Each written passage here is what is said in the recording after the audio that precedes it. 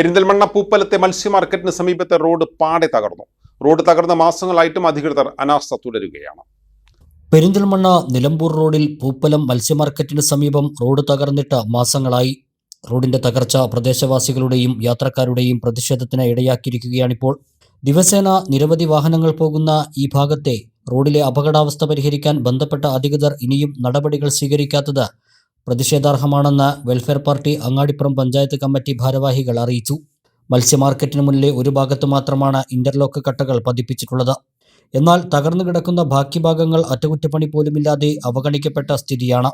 മഴക്കാലമായതിനാൽ road കൂടുതൽ ശോചനീയാവസ്ഥയിലായി. ഗതാഗത തടസ്സങ്ങൾക്കും കാരണമായിട്ടുണ്ട്. ഇടയ്ക്ക് കോറി വേസ്റ്റും മറ്റും ഇടുന്നുണ്ടെങ്കിലും മഴ ശക്തമാവുന്നതോടെ റോഡ് പിന്നെയും പഴയ സ്ഥിതിയിലാകും. പ്രശ്നത്തിന് ശാശ്വത പരിഹാരം കാണണമെന്നാണ് യാത്രക്കാരുടെ ആവശ്യം. സമൃദ്ധിയുടെയും ഐശ്വര്യത്തിന്റെയും പൊന്നോണം വരവായി. ഓണാഘോഷങ്ങളെ വരവേൽക്കാൻ സ്കൈ ഗോൾഡും ഒരുങ്ങി. ഏവർക്കും സ്കൈ ഗോൾഡിന്റെ ഹൃദയം നിറഞ്ഞ പൊന്നോണാശംസകൾ.